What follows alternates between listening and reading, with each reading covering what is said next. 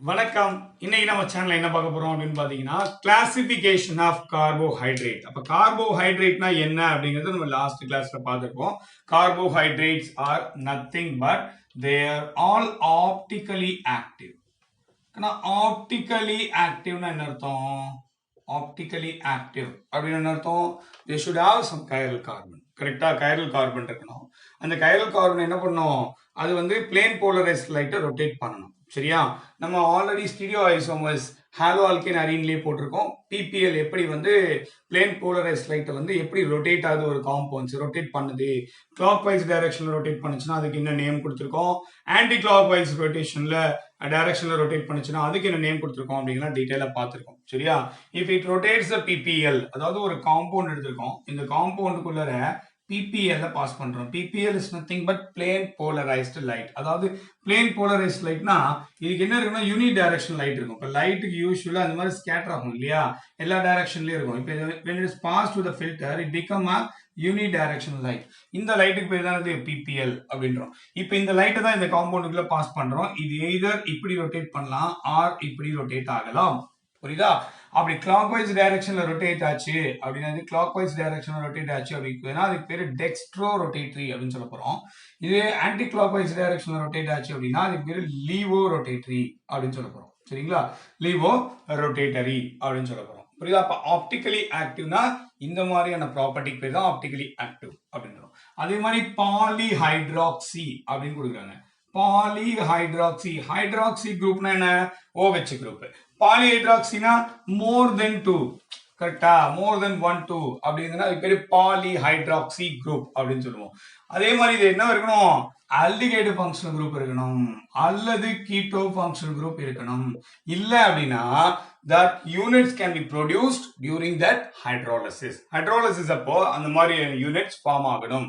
அததான் நம்ம modern day டெஃபினிஷன்ல பார்த்தோம்.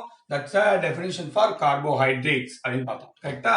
So carbohydrates are optically active polyhydroxyaldehydes and ketones and or otherwise என்ன பண்ணோம்? They can produce such units during that hydrolysis process அப்படின்னு பார்த்தோம். இதான் டெஃபினிஷனை பார்த்தோம். ஓகே, இப்போ இந்த கார்போஹைட்ரேட்ஸ் எப்படி கிளாசிஃபை பண்றாங்க அப்படின்னு பார்க்கலாம். ஃபர்ஸ்ட் பாத்தீங்கன்னு வச்சுக்கோங்களேன், என்னுடைய கிளாசிஃபிகேஷன் எப்படி இருக்குன்னு பார்க்கலாம். So based on number of based on functional group functional group base பண்ணி பிரிக்கிறாங்க. இது ஒரு கிளாசிஃபிகேஷன். ரெண்டாவது என்ன அப்படின்னா based on reducing nature base பண்ணி பிரிக்கிறாங்க. சரியா? மூணாவது கிளாசிஃபிகேஷன் என்ன அப்படின்னா based on number of carbon atoms எவ்வளவு இருக்கோ அதை பேஸ் பண்ணி பிரிக்கிறது தான் மூணாவது கிளாசிஃபிகேஷன். நாலாவது classification based on number of products by hydrolysis. Hydrolyse பண்ணா எத்தனை ப்ராடக்ட் கிடைக்குதோ அதை பேஸ் பண்ணி பிரிக்கிறாங்க. இந்த மாதிரி 4 பிக் கிளாசிஃபிகேஷன்ஸ் இருக்கு. சரிங்களா? சோ அதுல ஃபர்ஸ்ட் பார்க்கலாம் என்ன அப்படின்னா பேஸ்ட் ஆன் ஃபங்க்ஷனல் குரூப். கரெக்டா? அப்ப ஃபங்க்ஷனல் குரூப்பை பேஸ் பண்ணி பிரிக்கிறாங்க. ஃபங்க்ஷனல் குரூப் இதை பேஸ் பண்ணி எப்படி பிரிக்கிறாங்க பாருங்களேன். இங்க நமக்கு என்ன இருக்கு? ஆல்டிகைடு ஃபங்க்ஷனல் குரூப் இருக்கு. கரெக்டா? ஆல்டிகைடு ஃபங்க்ஷனல் குரூப் இருக்கு. அதே மாதிரி இங்க ஒரு பக்கம் என்ன இருக்கு? கீட்டோன் ஃபங்க்ஷனல் குரூப் இருக்கு. சரிங்களா? கீட்டோன் ஃபங்க்ஷனல் குரூப் இருக்கு. சரியா? ஏன்னா polyhydroxy derivative of aldehydes and ketones அப்படின்னு சொல்லியிருக்கோம். ஆல்டிகைட்ஸ் ஆர் கீட்டோன்ஸ் சொல்லியிருக்கோம். அப்ப எதிர் ஆல்டிகைடா இருக்கலாம் அல்லது கீட்டோனா இருக்கலாம். இது ஆல்டிகைடா இருந்ததுன்னா அது எப்படி சொல்லுவாங்க அப்படின்னா இந்த ஆல்டோஸ் அப்படின்னு சொல்ல போறாங்க. என்ன சொல்ல போறாங்க? ஆல்டோஸ் அப்படின்னு சொல்ல போறாங்க. அப்ப கீட்டோனா இருந்ததுன்னா கீட்டோஸ் அப்படின்னு சொல்ல போறாங்க. சரிங்களா? ஃபார் எக்ஸாம்பிள் இப்ப இந்த காம்பவுண்ட் பார்த்துடலாம். அதாவது ஃபார் எக்ஸாம்பிள் இங்க பாருங்க C டபுள் பாண்டோ H. இப்போ நம்ம எல்லாம் சாட்டிஸ்ஃபை தான் பாருங்க. C டபுள் பாண்டோ H. அதே மாதிரி COH H. அடுத்த கார்பன்ல பாத்தீங்கன்னா இங்க C, இங்க H, இங்க OH. புரியுதுங்களா? மூணாவது கார்பன்ல மட்டும் சேஞ்ச் இருக்கும். 4 5 6லாம் ஆஸ் யூசுவல். நாலாவது கார்பன்ல OH H. இங்க பாருங்க இங்க OH H, இங்க CH2OH அப்படின்னு கொடுக்கும். புரியுதா? Very very important. இதான் என்னது குளுக்கோஸ்னுடைய ஸ்ட்ரக்சர். இந்த ஆல்டிஹைடினுடைய ஸ்ட்ரக்சர், அதாவது ஆல்டோஸ்னுடைய ஸ்ட்ரக்சர், இதுல வந்து குளுக்கோஸ்னுடைய ஸ்ட்ரக்சர் இருக்கு. குளுக்கோஸ். அப்ப குளுக்கோஸ் என்னது? It's a polyhydroxy. பாருங்க 5 OH குரூப் வந்துருச்சு.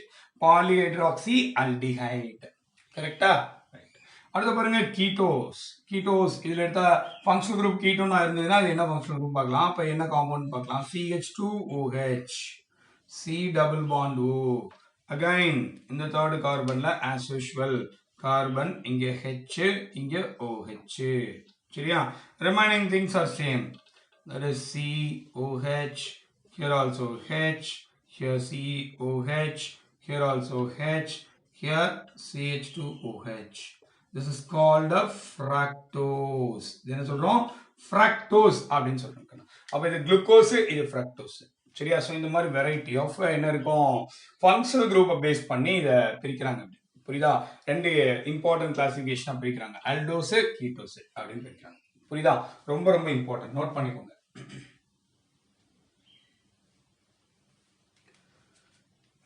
ஓகேயா? நோட் பண்ணிட்டீங்களா? ரைட். அடுத்தது என்ன அப்படின்னு பாருங்க. இதுல வேற சில கார்போஹைட்ரேட்ஸ் இருக்கு. என்னன்னு பார்க்கலாமா? பாருங்க. CHO. ஆல்டிஹைட் எப்படி எழுதிக்கிறேன்? CHO அப்படின்னு எழுதிக்கிறேன்.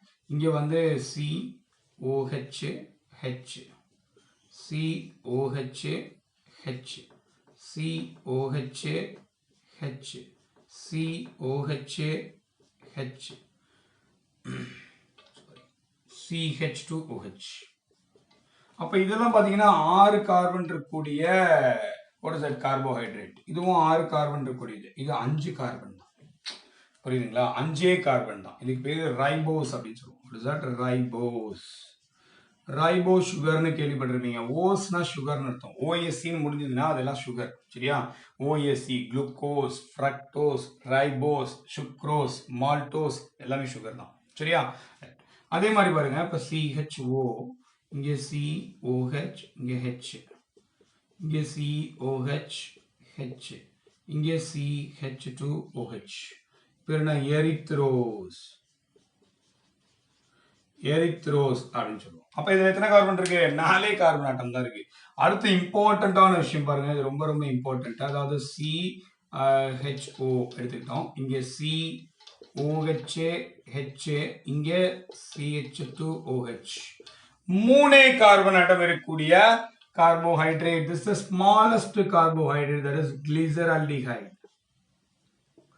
Glyceraldehyde. Glyceraldehyde. This is the smallest carbohydrate. Question வரலாம். Smallest, which one is the smallest carbohydrate among the following அப்படின்னு கொடுத்தாங்கன்னா what's your answer? Your answer should be glyceraldehyde. புரியுதுங்களா? glyceraldehyde தான் ஆன்சரா இருக்கணும். புரியுதா? ரொம்ப ரொம்ப இம்பார்ட்டன்ட். புரியுதுலையா? நோட் பண்ணிக்கோங்க. இது first classification based on functional குரூப்பை பேஸ் பண்ணி ஆல்டிஹைடா கீட்டோனா அப்படிங்கறத பேஸ் பண்ணி பிரிக்கிறாங்க. சரியா? இதுல நான் எக்ஸஸா சொன்ன கார்போஹைட்ரேட்ஸ். சரியா? நோட் பண்ணிட்டீங்களா? அடுத்து பாருங்க. ரெண்டாவது classification based on reducing nature. Reducing நேச்சரை பேஸ் பண்ணி பிரிக்கிறாங்க.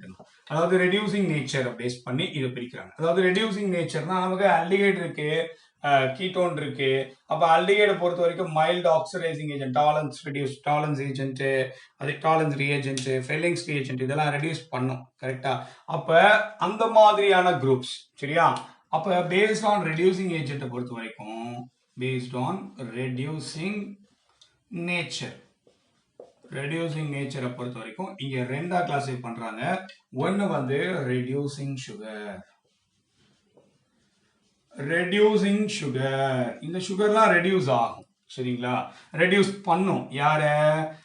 டாலன்ஸ், what is it, ஃபெல்லிங்ஸ், இந்த ரியேஜென்ட்லாம் ரெடியூஸ் பண்ணும். பட் இந்த சில சுகர்ஸ்லாம் என்ன பண்ணாது? Non reducing sugar. Non reducing sugar அப்படின்னு சொல்றாங்க. புரியுதா?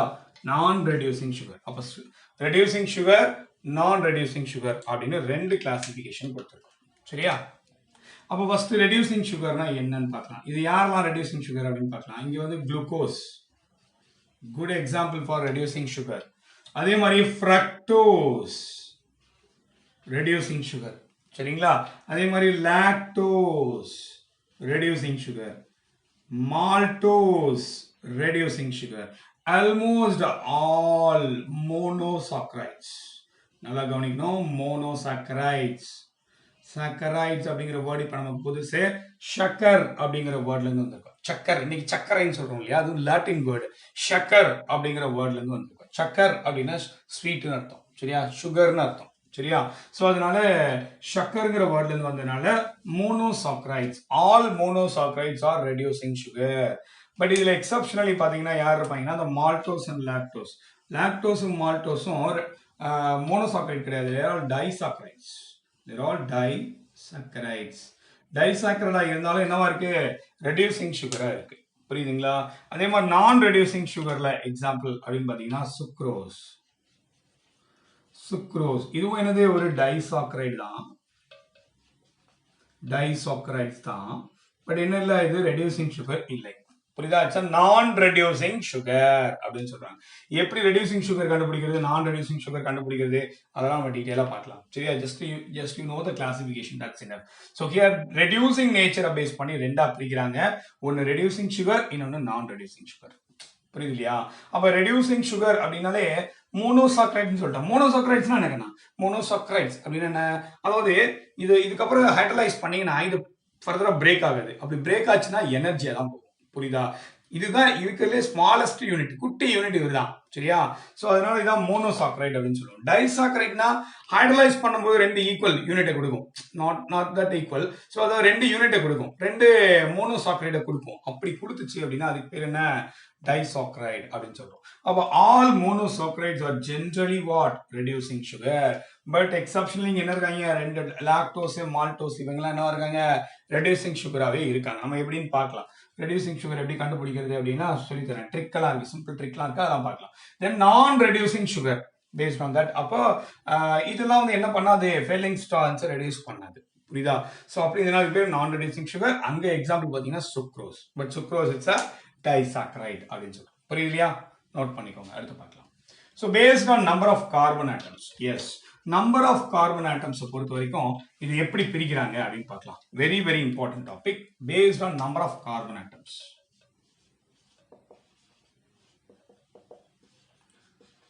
நம்பர் ஆஃப் கார்பன் ஆட்டம்ஸை பேஸ் பண்ணி இதை பிரிக்கிறாங்க. நான் எப்படி பிரிக்கிறாங்க அப்படின்னு பார்க்கலாம். அதாவது இப்ப சப்போஸ் இங்க கார்பன் ஆட்டம்ஸ் எடுத்துக்கலாம், கார்பன் ஆட்டம்ஸ் இங்க அதனுடைய டைப் என்ன டைப் அப்படின்னு பார்க்கலாம், சரிங்களா. ரைட். அதே மாதிரி இது அல்டிகைடா இருந்தா எப்படி கூட போறோம், அதுவே கீட்டோனா இருந்தா எப்படி கூட போறோம் அப்படின்னு பார்க்கலாம், சரிங்களா. So number of carbon atoms 3ன்னு வச்சுக்கோங்க, சரிங்களா. இது எப்படி கொடுக்க போறோம், 3 கார்பன் இருக்கு இல்லையா, அப்ப ட்ரையோஸ் அப்படின்னு கொடுப்போம். ட்ரையோஸ் இதான் காமன் டைப், சரியா. பட் அல்டிகைடா இருந்தா எப்படி கொடுக்கணும், அல்டோ ட்ரையோஸ், அவ்வளவுதான், அல்டோ ட்ரையோஸ். அப்ப கீட்டோனா இருந்தா கீட்டோ ட்ரையோஸ், அவ்வளவுதான், very simple. So keto triose அப்படின்னு சொல்லுவோம், புரியுதா. Very very important one. Suppose 6 carbon இருக்குன்னா ஹெக்ஸோஸ் அப்படின்னு கொடுப்போம், ஹெக்ஸோஸ், கரெக்டா. அப்ப இங்க 6 கார்பன் இருக்குன்னா அல்டிகைட் இருக்குன்னா அல்டோ ஹெக்ஸோஸ். அப்ப 6 கார்பன் இருக்கக்கூடிய கீட்டோனா இருந்ததுன்னா கீட்டோ ஹெக்ஸோஸ் அப்படின்னு கொடுப்போம், புரியுதுங்களா. Very very simple and important also, சரியா. சப்போஸ் உங்களுக்கு கொஸ்டின் பேப்பர்ல இப்படி கொடுக்குறாங்கன்னு வச்சுக்கோங்களேன், the carbohydrate contains 4 carbon atoms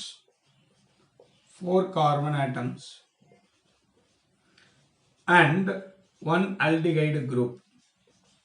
இதை நம்ம எப்படி சொல்லுவோம், 4 carbon atom and 1 aldehyde group எப்படி கொடுப்போம். ஸோ யூஸ்வலா எப்படி கொடுக்கணும் அப்படின்னா aldehyde தானே, அப்ப aldo, கரெக்டா. நம்பர் ஆஃப் கார்பன் ஆட்டம் பார்க்கணும், அதை பார்த்துட்டு சொல்லணும். நீங்க டெட்ரோஸ் எழுதினீங்கன்னா that is wrong, you have to write it as pentose.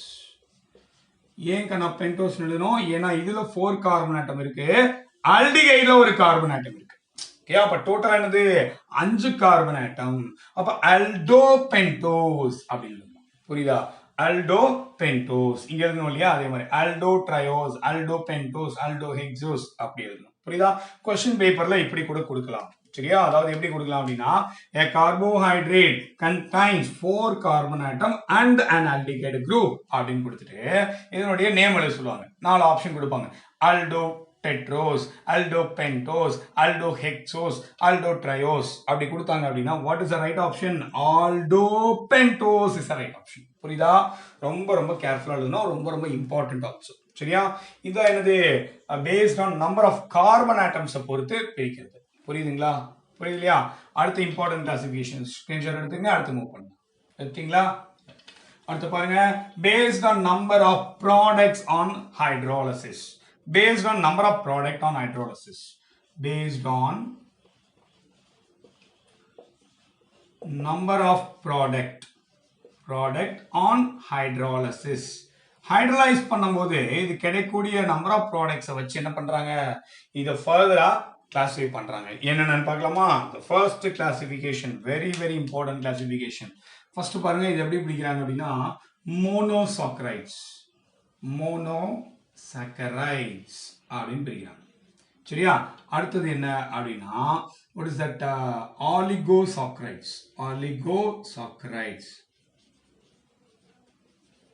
அடுத்த இம்பார்ட்டன்ட் கிளாசிஃபிகேஷன் என்ன அப்படின்னா பாலிசாக்கரைட்ஸ். புரியுதுங்களா? oligosaccharides and polysaccharides அப்படின்னு மூணு கிளாசிஃபிகேஷனா பிரிக்கிறாங்க. What is that monosaccharide? Monosaccharide அப்படின்னா இட்ஸ் a smallest unit ன்னு சொல்லிட்டேன். smallest unit of carbohydrate. அதாவது என்ன ஆகாது அப்படின்னா it cannot hydrolyzed further. further என்ன பண்ண முடியாது, ஹைட்ரலைஸ் பண்ண முடியாது. அப்படி இருக்கக்கூடிய யூனிட்லாம் என்னது மோனோசாக்கரைட். சக்கரைடு அப்படின்னாலே சுகர் தான். சரிங்களா? சக்கர் அப்படிங்கிற வேர்ட்ல தான் வந்து லாட்டின் வேர்டு சொன்னேன். சக்கர் அப்படின்னா சுகர், மோனோசாக்கரைடு அப்படின்னா ஒரே ஒரு யூனிட் இருக்கக்கூடிய சுகர். புரியுதுங்களா? அப்ப இங்க எக்ஸாம்பிள்ஸ் என்னென்ன சொல்லலாம்? you can say a lot of examples. what are all that? என்ன கொடுக்கலாம் கண்ணா? Glucose,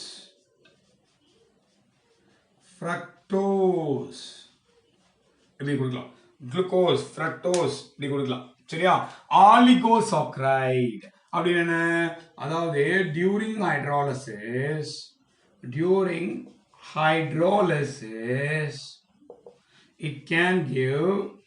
it can further divided into 2 to 10 monosaccharides. 2 to 10 monosaccharides கொடுத்துச்சு அப்படின்னா அதுக்கு பேர் என்ன? ஆலிகோசாக்கரைட்ஸ் அப்படின்னு சொல்றோம். ஃபார் எக்ஸாம்பிள் இங்க என்ன சொல்லலாம் அப்படின்னா இவன் சுக்ரோஸ், மால்டோஸ், லாக்டோஸ் இதெல்லாம் என்னது குட் எக்ஸாம்பிள் ஃபார் வாட்? ஆலிகோசாக்கரைட்ஸ். அதாவது 2ல இருந்து 10 மோனோசாக்கரைட்ஸ் வரைக்கும் கொடுக்கும். இதை ஹைட்ரலைஸ் பண்ணா ஒரு யூனிட்டை பிரேக் பண்ணீங்க அப்படின்னா என்ன கிடைக்கும்?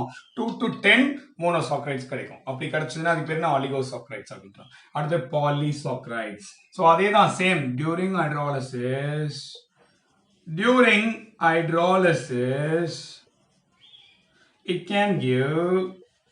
it can give more than 10 monosaccharides. அப்படின்னா அதுக்கு பேர் என்ன? பாலிசாக்கரைட்ஸ் அப்படின்றோம். இங்க குட் எக்ஸாம்பிள்ஸ் இதெல்லாம் குட் எக்ஸாம்பிள்ஸ் அப்படின்னு பாத்தீங்கன்னா you can take it as starch, cellulose, glycogen இதெல்லாம் என்னது குட் எக்ஸாம்பிள்ஸ் ஃபார் பாலிசாக்கரைட்ஸ் அப்படின்னு சொல்றோம். புரியுதுங்களா?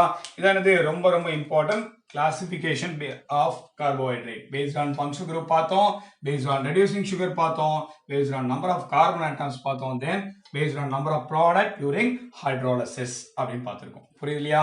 Take a screenshot. Yes, I think so. இந்த வீடியோ டெஃபினட்டா உங்களுக்கு பிடிச்சிருக்கும்னு நினைக்கிறேன். வீடியோ பிடிச்சிருந்ததுன்னா மறக்காம லைக் பண்ணுங்க. முக்கியமா டாக்டர் பாலாஸ் கெமிஸ்ட்ரிக்கு சப்ஸ்கிரைப் பண்ணுங்க. சேனலை நிறைய பேத்துக்கு ஷேர் பண்ணுங்க. உங்க ஃப்ரெண்ட்ஸ்க்கு சொல்லுங்க. Thank you so much for watching. Thank you. Keep clean, go green. நன்றி, வணக்கம்.